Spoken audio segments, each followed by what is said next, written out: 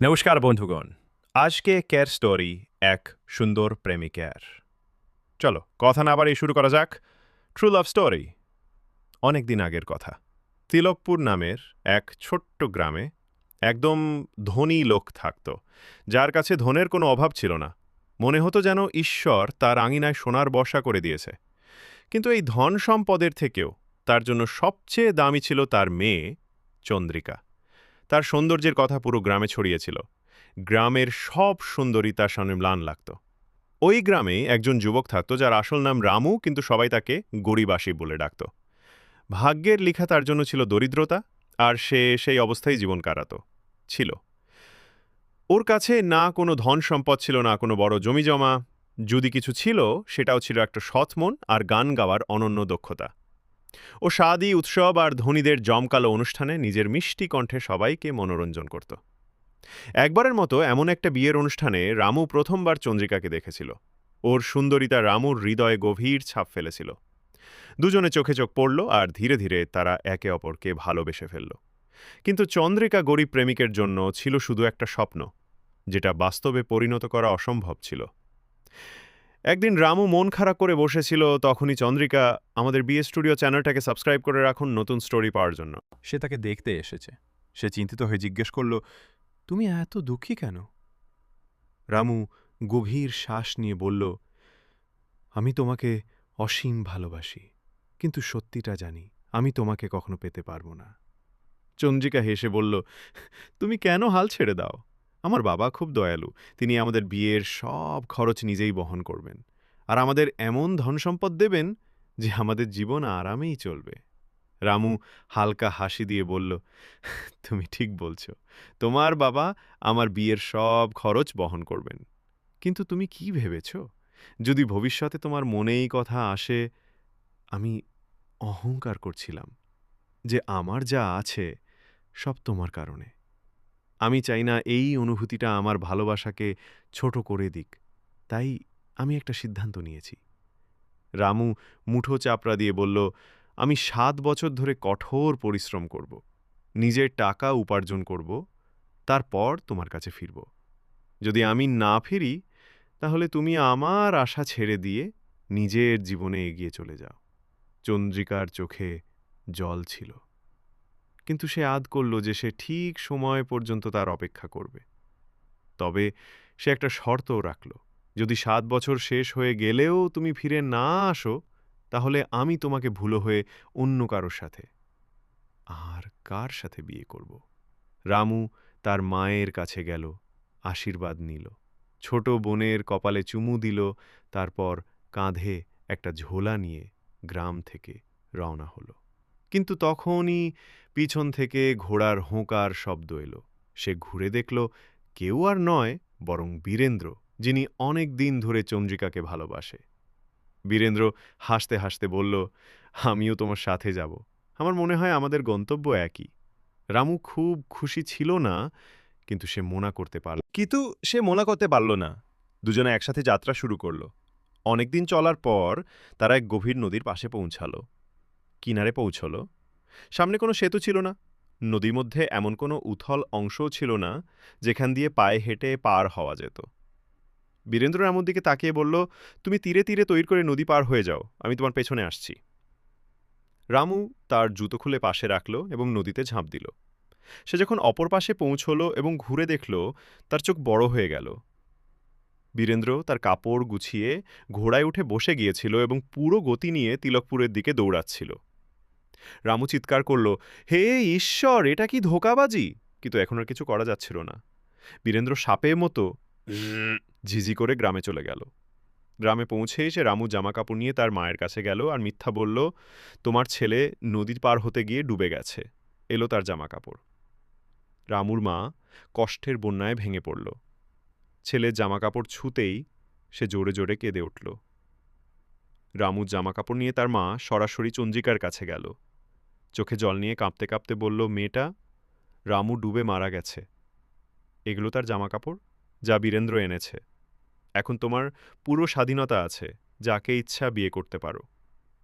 এটা শুনে চন্দ্রিকা হেসে উঠল আর বলো, মা, তুমিও কার কথা বিশ্বাস করছো? এটা সব বীরেন্দ্রের মন গড়া গল্প। 7 বছর না পার হওয়া পর্যন্ত আমি আর কাউকে নিজের স্বামী বানাতে পারবো না। এটা বলে সে দেওয়াল থেকে বাঁশি নামিয়ে নিয়ে ঠিক ওইখানেই সুর ধরল, যে সুর শুনে কখনো রামু তার কাছে গিয়েছিল। এদিকে রামু নাঙা পায়ে ক্ষুধার্ত আর তৃষ্ণার্ত এক অচেনা গ্রামে পৌঁছল। সেখানে ভালো মানুষগুলো তাকে কাপড় দিল, খাবার করালো, আর যখন গান গাইতে শুনল, মন্ত্রমুগ্ধ হয়ে গেল। ধীরে ধীরে রামুর সঙ্গীত পুরো এলাকায় বিখ্যাত হতে লাগল। সে এক গ্রাম থেকে অন্য গ্রাম, এক শহর থেকে অন্য শহরে নিজের মিষ্টি কণ্ঠ ছড়াচ্ছিল। সে লোকেদের মন জয় করে চলছিল। ঘুরে ঘুরে সে লাফনগর পৌঁছে গেল এবং সেখানে একটা সারায়ে থাকতে লাগল। সারায়ে বসে সে একটা সারঙ্গী নিয়ে গান শুরু করল। একদম ঠিক সময়ে লাফনগরের রাজা, যিনি সঙ্গীতের বড় প্রেমিক ছিলেন, একজন অসাধারণ গায়ক খুঁজছিলেন। অনেক গায়ক দরবারে এসেছিল, কিন্তু কেউই তার মন ছুঁয়ে দিতে পারেনি। রাজার দাসরা শহর জুড়ে ঘুরে ঘুরে ক্লান্ত হয়ে পড়েছিল। একদিন যখন তারা সারায়ের কাছে দিয়ে যাচ্ছিল, হঠাৎ তাদের কান পড়ল এক জাদুকরী কণ্ঠে। তারা সঙ্গে সঙ্গেই ভিতরে ঢুকল এবং রামুকে বলল, আমাদের সঙ্গে চলো, রাজার দরবারে গান গাইতে হবে। সে মানা করল। জান দিয়ে হাত ধুয়ে ফেলবে? রামু হাসি মুখে বলল, আমি স্বাধীন মানুষ, তিলকপুর আমার বাড়ি। আমি যেখানে চাই সেখানে যাই, মন যখন চায় তখন গাই। তোমাদের রাজা আমার মালিক না। কিন্তু রাজ্যের দাসেরা তার একও না শুনল। জোর করেই তাকে দরবারে নিয়ে গেল। রাজা তাকে দেখে বলল, গান গাও। রামু গান শুরু করল। তার গানে চন্দ্রিকার রূপ আর প্রেমের গল্প ছিল। সে গাইতে লাগল আর রাজা শুনতে লাগল। যত গান এগোয়, রাজা মোহিত হয়ে গেল। তার চোখে ঝিলিক, হৃদয়ে উল্টাপাল্টা ভাব ছিল। রাজা এতটাই মুগ্ধ হল যে সে রামুকে নিজের দরবারে রেখে দিল। সোনার উপর বৃষ্টি শুরু হয়ে গেল, দামি পোশাক পেয়ে গেল, আরাম আয়েশের কোনো অভাব হল না। ধীরে ধীরে তার জীবন রঙিন হয়ে উঠল, সময় কাটতে লাগল, কিন্তু সে চন্দ্রিকাকে সঙ্গে করা প্রতিশ্রুতি ভুলে গেল, না হয় ভুলতে লাগল। 7 বছরের মধ্যে শেষ বছর শেষ হতে চলেছিল, কিন্তু রামুর এখনও তিলকপুর ফিরবার কোনো খোঁজ নেই। এদিকে তিলকপুরে চন্দ্রিকা এখনও তার অপেক্ষায় ছিল। যখন 7 বছর পূর্ণ হতে চলল, তখন সে একটা ব্যবসায়ীকে ডেকে নিয়ে তার সারঙ্গী তুলে দিয়ে বলল, এই সারঙ্গীটা নিয়ে যেও, যেখানে যাবে সেখানে নিয়ে যাও। এটা সম্মানে সাজিয়ে রাখা হোক এবং ঘোষণা করা হোক যে যে কেউ এটা নিজের বলতে পারবে, তাকে এই সারঙ্গী আর একটা বড় পুরস্কার দেওয়া হবে। ব্যবসায়ী তার কথা মেনে নিয়ে নিজের দলে নিয়ে তিলকপুর থেকে রওনা দিল। সে যে কোনো শহরে পৌঁছাত, সারঙ্গীকে সবচেয়ে প্রধান জায়গায় রাখত আর ঘোষণা করত, কিন্তু কেউই এটাকে নিজের মনে করল না। অবশেষে যখন তার যাত্রা প্রায় শেষ হতে চলল, তখন সে লাফনগরে এলো আর সেখানে আবারও সেই ঘোষণা দিল। খবর ছড়ালে রামও এটা শুনল। তার হৃদস্পন্দন দ্রুত হয়ে গেল। সে দৌড়ে সেই সারায়ে পৌঁছালো যেখানে ব্যবসায়ী থাকছিল। খাটো সারাঙ্গি দেখি তা চোখ ভিজে গেল। কাঁপতে হাতে সে সারাঙ্গিটা ছুঁয়ে বলল, এটা আমার। ব্যবসায়ী হাসল এবং বলল, একদম ঠিক, কারণ যেই এটা চিনতে পারে সে এর আসল মালিক। কিন্তু এখন সময় খুব কম, দ্রুত তিলকপুর পৌঁছো। চন্দ্রিকা বলেছিল, যদি ঠিক সময়ে তুমি ফিরে না আসো, তবে সে কারোর সঙ্গে বিয়ে করে নেবে। এটা শুনে রামুর মাথা ঘুরে গেল। তার পা ঠেকছিল না। সে অজ্ঞান হওয়া থেকে নিজেকে রক্ষা করার চেষ্টা করছিল, কিন্তু তার মনেই একটা প্রশ্ন গুঞ্জরিত হচ্ছিল, এখনো কি সময় বাঁচেছে, নাকি সব শেষ হয়ে গেছে? তিলকপুরে বিয়ের সময়টা কাছে এসে গেছে, আর ওদিকে রামুর ভাগ্যের সিদ্ধান্ত নেওয়ার জন্য মাত্র 7 দিন বাকি ছিল। কিন্তু তিলকপুর পৌঁছতে কমপক্ষে 30 দিন লাগত। সে হাল ছাড়েনি। সঙ্গে সঙ্গে এক ঘোড়ায় চড়ে একটা থলিতে সোনার কয়েন নিয়ে রওনা দিল। ঘোড়ার প্রাণের কিছু যায় আসে না বলে সে তাকে পুরো শক্তি দিয়ে দৌড়ালো, কিন্তু যা হওয়ার ছিল তাই হলো। পথে এক ঘন জঙ্গলের মধ্য দিয়ে যাওয়ার সময় ঘোড়াটা থোকা খেয়ে রামু অসুস্থ হয়ে মাটিতে পড়ে গেল। মাথায় তীব্র আঘাত লাগল। আর সে বেঁধে গেল। একদিন পর যখন সে সচেতন হল, এখানে এসে দেখি নিজেকে একটা কুটিরে পড়ে আছে। চারদিকে অন্ধকার, আর হালকা হালকা আগরবত্তির গন্ধ বাতাসে মিশে আছে। সামনে একজন সাধু দাঁড়িয়েছিল। সে হাসি দিয়ে বলল, চোখ খুলে গেছ ছেলে, তুম তো জঙ্গলে বেহুশ হয়ে পড়েছিলে। আমি তোমাকে তুলে এনে এখানে নিয়েছি। বলো, তুমি কে আর কোথায় যেতে চাও? রামু কষ্ট পেয়ে উঠার চেষ্টা করল, কিন্তু শরীরে ব্যথার ঢেউ বয়ে গেল। ধীরে ধীরে সে তার পুরো গল্প সাধুকে বলল, আর বলল, আমাকে যে কোনো মূল্যেই তিলকপুর পৌঁছতে হবে, কিন্তু এখন এটা অসম্ভব লাগছে। আমার ভালোবাসা আমার থেকে ছিনিয়ে নেওয়া হবে, আর এখন আত্মহত্যা ছাড়া আর কোনো উপায় বাকি নেই। সাধু মাথা নাড়লেন এবং গম্ভীর স্বরে বললেন, এমন কথা কাওয়া শুধু কায়রিদের কাজ। ছেলে, তুমি সত্যি ভালোবাসা দিয়েছ। তুমি কায়রি নও। চিন্তা করো না, তোমার পথ এখনো শেষ হয়নি। তারপর সাধু পাশের সাদা ঘোড়াটির দিকে ইশারা করে বললেন, এটা আমার সিদ্ধ করা ঘোড়া, যা 7 দিনের মধ্যে তোমাকে তিলকপুর পৌঁছে দেবে। সাথে একটা জাদুর মাটি নাও। যদি এটা কোনো অন্ধের চোখে মাখাও, সে আবার দেখতে পারবে। রামু সাধুর পায়ের কাছে মাথা নত করল এবং সাদা ঘোড়ায় চড়ে গেল। তুফানের মতো এগিয়ে গেল। ঘোড়াটা এত দ্রুত দৌড়াচ্ছিল যেন বাতাসের সঙ্গে কথা বলছে। ঠিক 7ম দিনের আধরাত্রে রামু তিলকপুরে পৌঁছে গেল। গ্রামে চারদিকেই উৎসবের আমেজ ছড়িয়েছিল। বাড়িগুলোতে আলো ঝলমল করছিল। ঢোল নগাড়া বাজছিল আর বিয়ের গান বাতাসে ভাসছিল। কিন্তু ওই গানের প্রতিধ্বনি রামুর হৃদয়ে ছুরির মতো চুভছিল। সে কাঁপতে হাতে নিজের বাড়ির দরজায় পৌঁছে ধীরে ধীরে কড়াকড়ি দিল। গলায় অবরে ধাক্কা নিয়ে ডেকল, মা, দরজা খোলো, ক্ষুধায় আমার বেহাল অবস্থা, আমার যাত্রী ছেলের প্রতি করুণা করো। ভিতর থেকে এক দুর্বল একটা আওয়াজ এলো, পথচারীদের জন্য ধনী লোকদের দরজা খোলা আছে। শহরে বিয়ে চলছে, তুই ওখানেই চলে যা, তোর ওখানে স্বাগত হবে।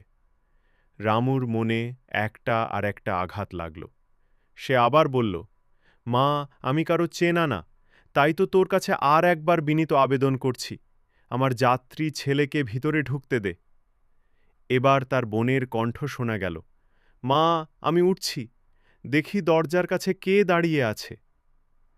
কিন্তু বুড়ো মা চেঁচিয়ে বলল, বেকার মেয়েটা অচেনা মানুষের সামনে যাবে? সে কি তার নিজের ঘরে ঢুকতে দেবে? তুই কি দেখছিস না আমি অন্ধ হয়ে গেছি?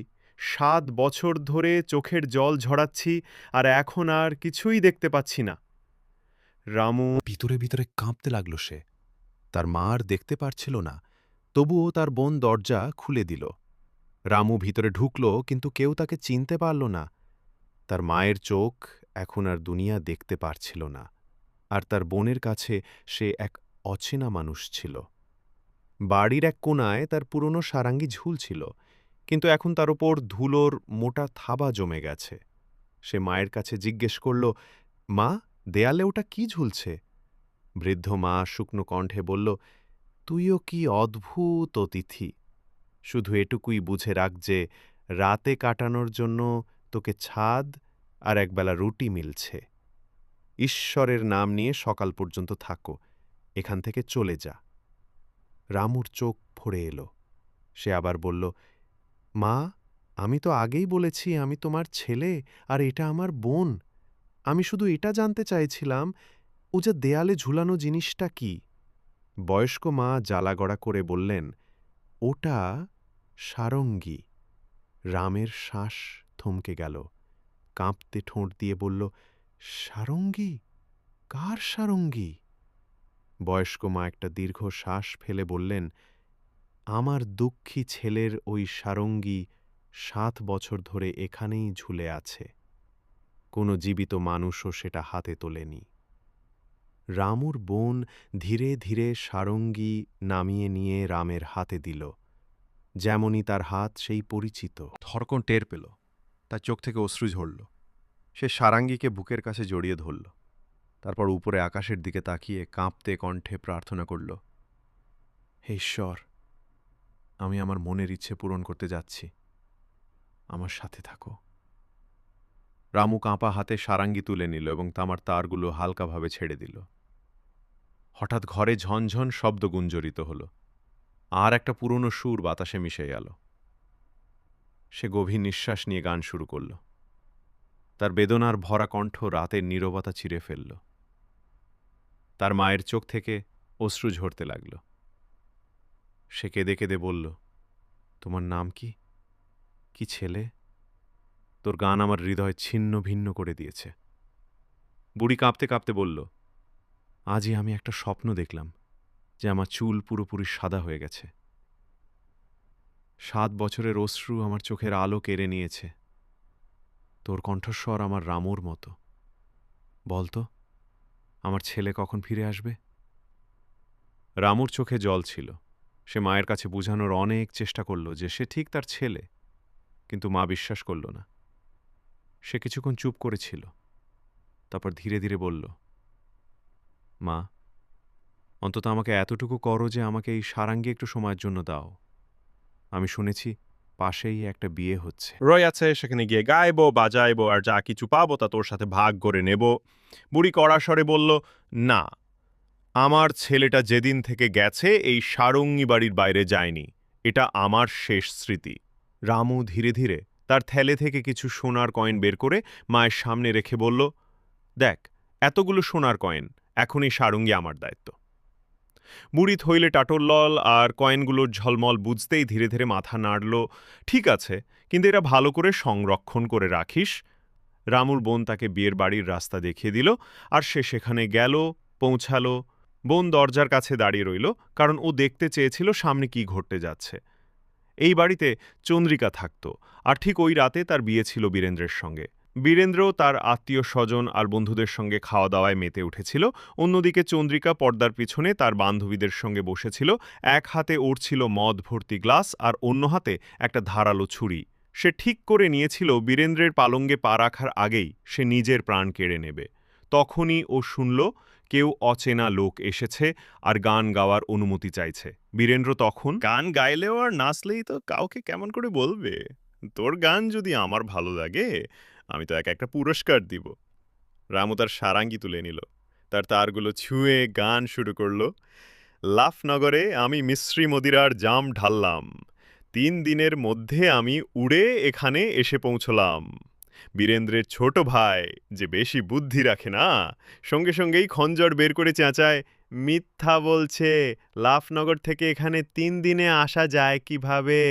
বীরেন্দ্র তাকে শান্ত করে বলল, আরে ভাই, এটা গায়ক, তার কল্পনায় তো পুরা দুনিয়া ঘুরে ফেরা যায়। ওর কথাগুলো খুব গুরুত্ব দিয়ে নেওয়ার দরকার নাই। কিন্তু ওদিকে পর্দার পেছনে চন্দ্রিকার শ্বাস থেমে গেছিল। ওর চোখ চকচক করতে লাগল। ওর সখীকে বলল, তুমি হয়তো ওকে চিনতে পারবে না, কিন্তু আমি ওর কণ্ঠস্বর চিনে ফেলেছি। এটা আমার গরিব প্রেমিকের কণ্ঠ। এত বলতেই ও ঝরার পিয়ালা ছুঁড়ে ফেলল আর খুজরটা দূরে নিক্ষেপ করল। তারপর পাগলের মতো দৌড়ে জানালার কাছে গেল, যেখান থেকে রামুকে দেখল। ওর চোখে জল জমে গেল। এটিও ওর কাছে আর কিছুই দেখাচ্ছে না, না দুনিয়া, না সমাজ, না বিয়ের অনুষ্ঠান। ও দৌড়ে রামুর কাছে গেল, আর সে তার গলায় জড়িয়ে ধরল। দুজনে কিছুক্ষণ অসচেতন হয়ে পড়ল। বীরেন্দ্রের ভাই এটা দেখে আগুনের মতো রেগে গেল। সে খজর বের করে দুজনের ওপর ঝাঁপিয়ে পড়ল, কিন্তু বীরেন্দ্র তাকে থামিয়ে বলল, ভাই থাম, একটু ঠান্ডা কর নিজের রাগ। যা আমার ভাগ্যে লেখা ছিল তাই পেলাম, আর যা আমার ছিল না সেটা আমি কখনো পাব না। কিছুক্ষণ পর চন্দ্রিকা যখন এলোচনা পেল, তখন লজ্জায় লাল হয়ে গেল। সে তার হাতে মুখ ঢেকে নিল আর পর্দার পিছনে লুকিয়ে গেল। বীরেন্দ্র রামুর দিকে তাকিয়ে গম্ভীর কণ্ঠে জিজ্ঞেস করল, আমার বুঝতে পারছি না যে তুমি এত কম সময়ে লাফনগর থেকে তিলকপুর কিভাবে পৌঁছালে? রামু হালকা একটা হাসি দিয়ে বলল, এটা একটা লম্বা গল্প, কিন্তু এখন আমি তোমাকে সব সত্যি বলছি। তারপর সে তার যাত্রার প্রতিটি মোড়ের গল্প শোনাতে লাগল। কিভাবে সে জঙ্গলে পড়ে অচেতন হয়েছিল, কিভাবে একটা সাধু তার জীবন বাঁচিয়েছিল, আর কিভাবে সে সিদ্ধ ঘোড়া আর অলৌকিক মাটি পেয়েছিল। এদিকে রামুর বোন, যিনি দরজার কাছে দাঁড়িয়ে সব শুনছিল, দৌড়ে মার কাছে গেল। সে চিৎকার করে বলল, মা, ও সত্যিই আমার ভাই আর তোমার ছেলে রামু। বুড়ো মা কাঁপতে কাঁপতে দাঁড়িয়ে রইল। বোন তার হাত ধরল। ধরা পড়ে তাকে নিয়ে গেল সেই জায়গায় যেখানে দাওয়াত চলছিল। রামু ধীরে ধীরে নিজের ঝোলা খুলল আর সেখানে থেকে সেই মাটি বের করল যা সাধু তাকে দিয়েছিল। সে মাটিটা পানিতে মিশিয়ে তার মায়ের চোখে লাগালো, তারপর বলল, এখন তোমরা সবাই সামনে দেখবে আমি মিথ্যে বলছি না। মাটির প্রভাব পড়তেই মায়ের চোখে কিছু আন্দোলন হলো। সে ধীরে ধীরে পলক খুলল আর কিছুটা ঝাপসা দেখতে পেল। কিছু সময়ের মধ্যেই তার চোখের আলো পুরোপুরি ফিরে এলো। কাঁপতে কাঁপতে বলল, আমি দেখতে পারছি, আমি সত্যিই দেখতে পারছি। পারবো। পুরো দরবার এই অলৌকিক ঘটনাটা দেখে হতবাক হয়ে গেল। এখন কারো মনে কোনো সন্দেহ থাকল না যে রামু হলো তাদের হারানো ছেলে। অন্যদিকে বীরেন্দ্র, যিনি চন্দ্রিকাকে ভালোবাসতেন, তার চোখে এখনও আর্দ্রতা ছিল। সে ধীরে ধীরে এগিয়ে এসে চন্দ্রিকার হাত রামুর হাতে তুলে দিল এবং হালকা হাসি দিয়ে বলল, তোমরা দুজন একে অপরের জন্যই তৈরি হয়েছ, আমার কোনো অভিযোগ নেই। রামুর চোখে আনন্দের অশ্রু ঝলমল করতে লাগল। সে বীরেন্দ্রের দিকে তাকিয়ে বলল, শুন বীরেন্দ্র, আমি তোমারও ঋণী। আমার বোনও ঠিক তেমনই। চান্দ্রিকার মতো সুন্দর আর গুণী আর কেউ নেই। এখন আমি ধনীও, তাই সে সাদার উপর মতোই সোনা দিয়ে সেজে থাকবে। যদি তুই রাজি থাকিস, আমি চাই তুই আমার বোনের সঙ্গে বিয়ে করিস। বীরেন্দ্র একটু ভাবল, তারপর মাথা নিচু করে বলল, যদি এটা তোর ইচ্ছে, আমার কোনো আপত্তি নেই। এরপর রামু আর চান্দ্রিকার বিয়ে বড় ধুমধাম করে হলো। সাথে বীরেন্দ্র আর রামুর বোনের বিয়েও হলো। এখন আর কেউ গরিব ছিল না, কেউ দুঃখী ছিল না। তারা সবাই সুখ আর ভালোবাসায় তাদের নতুন জীবন শুরু করেছিল। বন্ধুরা, এখন এটাই হলো আমাদের গল্প শেষ। এই রকম স্টোরি শোনার জন্য বিএ স্টুডিও সাবস্ক্রাইব করে রাখুন, লাইক করুন, শেয়ার করুন। ধন্যবাদ।